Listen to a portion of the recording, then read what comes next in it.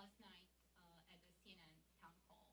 What, in your mind, would his potential return to power mean for the United States?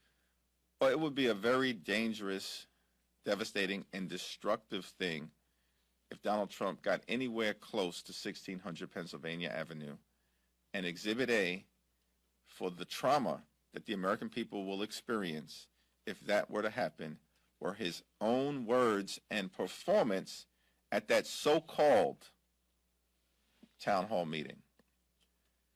The modern-day Republican Party is the party of Marjorie Taylor Greene, George Santos, and Donald Trump.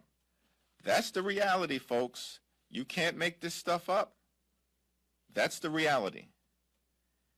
And later on today, apparently, House Republicans are going to try to pass legislation that will restrict, if not end, the ability of the federal government to confront unemployment insurance fraud. At the same time that one of the leaders of the House Republican Conference here in Washington, D.C., George Santos, has been charged with unemployment insurance fraud. Why do I say he's one of the leaders? Because the Default on America Act would not have passed the House of Representatives without the support of George Santos, who was the deciding vote.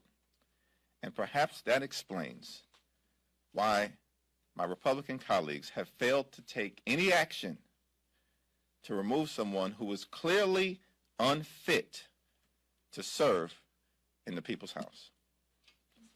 On that, you said before that you and Kevin McCarthy are friends, you talk a lot, you text each other. Have you had any conversations with Kevin McCarthy about George Santos? I know the House is usually very reluctant to expel one of their own, but has there been any sort of discussion with the Speaker about any support you all would offer or anything regarding George Santos? Not this week, not recently, but I have made clear, both to Speaker McCarthy and others, that I find the whole George Santos thing an untenable situation. It's beyond the pale. He lied his way in to the United States House of Representatives, separate and apart from the very serious indictment that just came down this week, separate and apart from the criminal indictment. Reasonable people back at home in New York and throughout America have already concluded the guy does not belong in a separate and co-equal branch of government at the highest level here in the United States of America. That is not an extreme position.